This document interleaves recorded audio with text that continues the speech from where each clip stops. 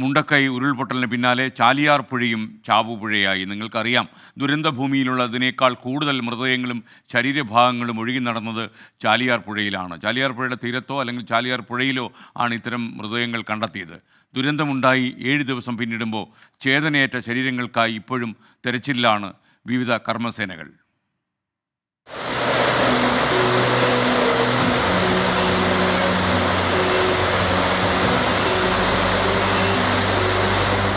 സൂചിപ്പാറ ഉൾപ്പെടെയുള്ള മലനിരകളിൽ നിന്നുത്ഭവിക്കുന്ന ചാലിയാർ മലപ്പുറം, കോഴിക്കോട് ജില്ലകളിലൂടെയാണ് ഒഴുകുന്നത്. കഴിഞ്ഞ തിങ്കളാഴ്ച വരെ ശാന്തമായി ഒഴുകിയിരുന്ന ചാലിയാർ പക്ഷേ ചൊവ്വാഴ്ച രൗദ്രഭാവത്തിലായി. മൃതദേഹങ്ങൾ പൊങ്ങുന്നുവെന്ന വാർത്ത കേട്ടാണ് ചാലിയാർ തീരത്തുള്ളവർ ഉണർന്നത്. കുഞ്ഞുങ്ങളുടെയും സ്ത്രീകളുടെയും ചേതനയറ്റ ശരീരങ്ങൾ ഓടിയെത്തിയവരെ കണ്ണീരണിയിച്ചു. രാത്രിയിൽ വനത്തിനുള്ളിൽ നിന്ന് ലഭിച്ച ശരീരഭാഗങ്ങൾ ഉൾപ്പെടെ പുറത്തെടുത്ത് ആദിവാസി കുടുംബങ്ങൾ കാവലിരുന്നു. എന്താണ് സംഭവിക്കുന്നതെന്ന് പോലും മനസ്സിലാകാതെ.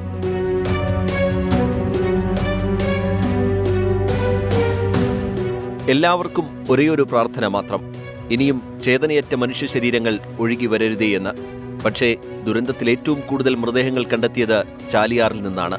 233 എണ്ണം, 158 ശരീരഭാഗങ്ങൾ, 75 മൃതദേഹങ്ങൾ എന്നിങ്ങനെയാണ് കണക്ക്.